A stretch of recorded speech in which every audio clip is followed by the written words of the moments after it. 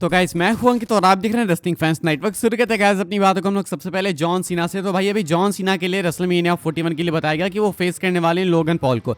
Report आई थी wiper reports की, लेकिन क्या सही में ऐसा है? तो इसका आंसर यस, ये मैच टेबल पे जरूर है, डिस्कशंस में है, लेकिन कंफर्म नहीं है कि होने वाला है। रेसलवोर्ड्स रेडियो की तरफ से अपडेट निकल के सामने आई है, कहा जा रहा है exclusive, while John Cena versus Logan Paul is on the table for WrestleMania, there are some higher ups who are not a fan of Paul being Cena's last WrestleMania opponent.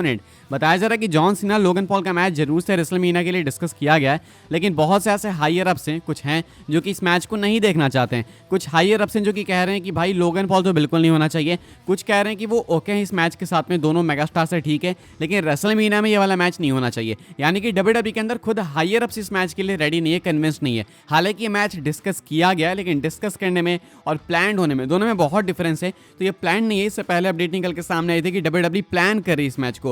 तो अभी अपडेट आई है भाई निकल के सामने कि plan नहीं कर रही है, डिस्कस किया गया है, लेकिन ये लॉक नहीं है। एंड डब्ल्यूडब्ल्यूई के अंदर हायर अप्स इस मैच को नहीं देखना चाहते हैं रेसलमेनिया 41 में, मल्टीपल रीजन से भाई। तो मुझे लगता है कि ये मैच नहीं होगा, बिकॉज जॉन सीना का आखिरी रेसलमेनिया है। एक आखिरी अपोनेंट जो होना चाहिए जॉन सीना का रेसलमेनिया के अंदर, वो बहुत आइकॉनिक होना चाहिए। या नहीं तो रैंडी ऑर्टन या नहीं तो गुंथर को फेस करेंगे जॉन सीना वर्ल्ड चैंपियनशिप के लिए। तो देखना है क्या होता है। फिलहाल लोगन पॉल है लाइन के अंदर, ऐसा नहीं है कि नहीं है। बीच में एक अपडेट निकल के सामने आई थी कि जॉन सीना खुद फेस करना चाहते हैं लोगन पॉल को, लेकिन अभी भाई बताया जा रहा है कि जॉन सीना लोगन पॉल को शायद नहीं भी फेस करेंगे रेसलमेनिया में।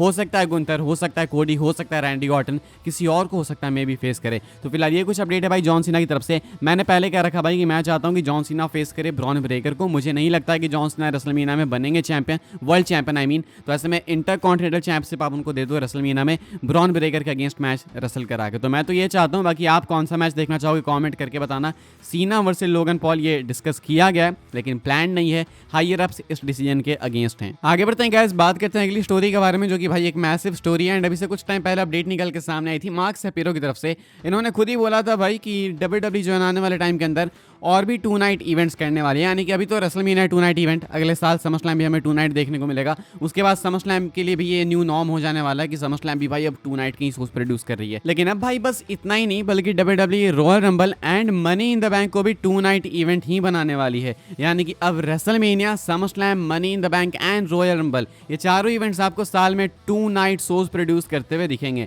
रेसलवोर्ड्स रेडियो की तरफ से अपडेट निकल के सामने आई है, कहा जा रहा है WWE is indeed considering making certain pay-per-views into 2 night events, with the next option being the Royal Rumble. As such, the 2 night format is on the table for the 2026 Royal Rumble. In addition, Money in the Bank could also be headed to a multiple night event by 2027.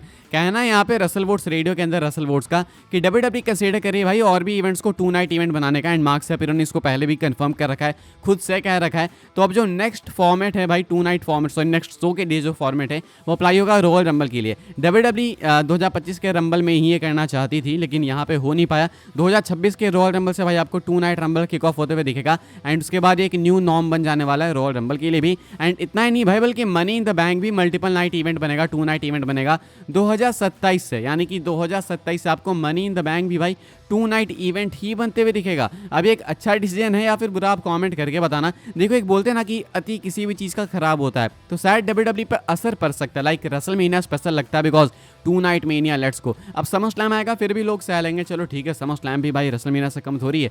लेकिन उसके बाद royal rumble, फिर money in the bank, and अगर ऐसे ही बढ़ते रहे भाई तो हर इवेंट 2 नाइट इवेंट बन जाएगा ऐसे में। तो उसके बाद फैंस इतने पैसे खर्च करेंगे या नहीं करेंगे, एंड साल में इतने सारे शोज डब्ल्यूडब्ल्यूई के भाई वो देखेंगे भी कि नहीं देखेंगे, ये भी एक क्वेश्चन आएगा।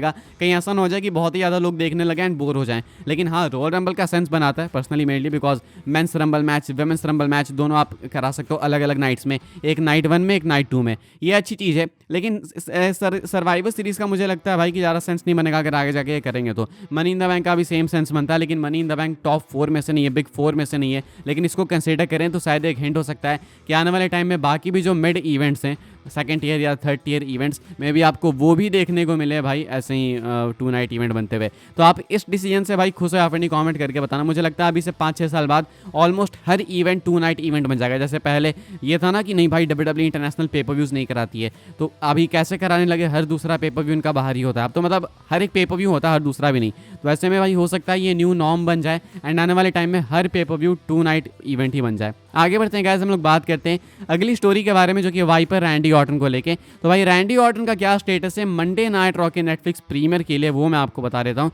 ये अपडेट निकल के सामने आई है भाई डॉक्टर क्रिस फेदरस्टोन की तरफ से। इनका कहना है, I have had a bunch of people inquire about the status of Randy Orton regarding January 6. I have been informed that he is currently not scheduled to be a part of the debut episode of WWE Raw on Netflix. तो भाई इनका कहना है कि कई लोगों ने इनसे रैंडी ऑर्टन के बारे में जानकारी लेने की कोशिश की।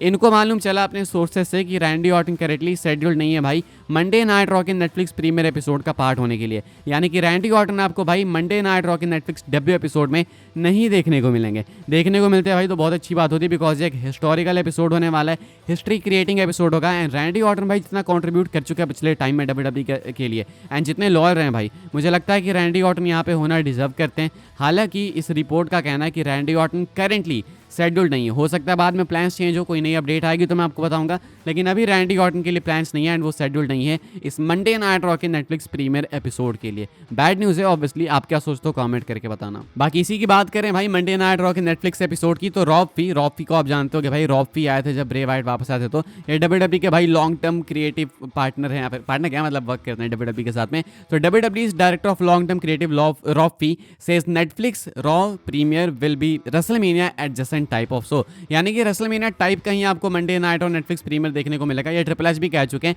तो अभी सेम भाई रॉब फी का भी कहना, जो कि क्रिएटिव में इन्वॉल्व हैं, तो जरूर इनको भाई कुछ ना कुछ स्कूप मालूम होगी, कुछ तो इनको मालूम होगा, ऑब्वियस सी बात है। तो उनका कहना है कि रेसलमेनिया से कम नहीं है, रेसलमेनिया लेवल का ही मानो आप इसको। तो ये एक अच्छी न्यूज़ है फैंस के लिए, लेकिन हो सकता है कि भाई बहुत ज़्यादा हाइप करने के बाद WWE डिसअपॉइंट भी कर दे। तो इसलिए हाइप हो जाओ, होप्स रखो, लेकिन बहुत सी होप्स भी मत रखना भाई, बिकॉज बहुत ज़्यादा होप रखने से डिसअपॉइंटमेंट आती है।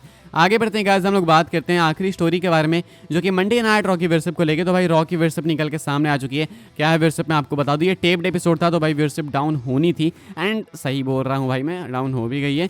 क्या है व्यूअरशिप मैं आपको बता देता हूँ। इस हफ्ते की व्यूअरशिप निकल के सामने आई है 1.453 मिलियंस। पिछले हफ्ते से कंपेयर करेंगे तो भाई पिछले हफ्ते की व्यूअरशिप थी 1.522 मिलियंस, यानी कि इस हफ्ते भाई व्यूअरशिप डाउन गई है। एक्सपेक्टेड एज एक्सपेक्टेड भाई, टेप्ड एपिसोड था, सबको मालूम था पहले से क्या होने वाला है क्या नहीं, लेकिन फिर भी ठीक उस हिसाब से देखी जाए अगर व्यूअरशिप तो। बाकी भाई ज़्यादा एपिसोड्स बचे नहीं है मंडे नाइट रॉ के यूएस नेटवर्क पे, तो व्यूअरशिप का तमाशा खत्म ही होने वाला है। अब इसके बाद भाई आपको सिर्फ एक एपिसोड और देखने को मिलने वाला है यूएस नेटवर्क पे, एंड देखते हैं उस आखिरी एपिसोड के लिए कितने सारे लोग आते हैं भाई यूएस नेटवर्क पे मंडे नाइट रॉ देखने के लिए, बिकॉज ये आखिरी एपिसोड होगा इसके अगला वाला यूएसए पे। उसके बाद मंडे नाइट रॉ सीधा जाएगी नेटफ्लिक्स पे। रात का टाइम है भाई, कुछ ज़्यादा फंबल हो गया इस वीडियो में, सॉरी उसके लिए। बाकी आखिरी एपिसोड इसके बाद होगा यूएसए पे, तो उसकी व्यूअरशिप मुझे पर्सनली देखनी है भाई कि कितनी आती है कितनी नहीं। ये कुछ अपडेट्स भाई इस वाली वीडियो के लिए। आई होप्स आपको इन्फॉर्मेशन मिले तो वीडियो को लाइक करें, शेयर करें, सब्सक्राइब करें चैनल को, ताकि आने वाले टाइम के अंदर आपको और भी सही WWE की न्यूज़ अपडेट्स जानने को मिलते रहे।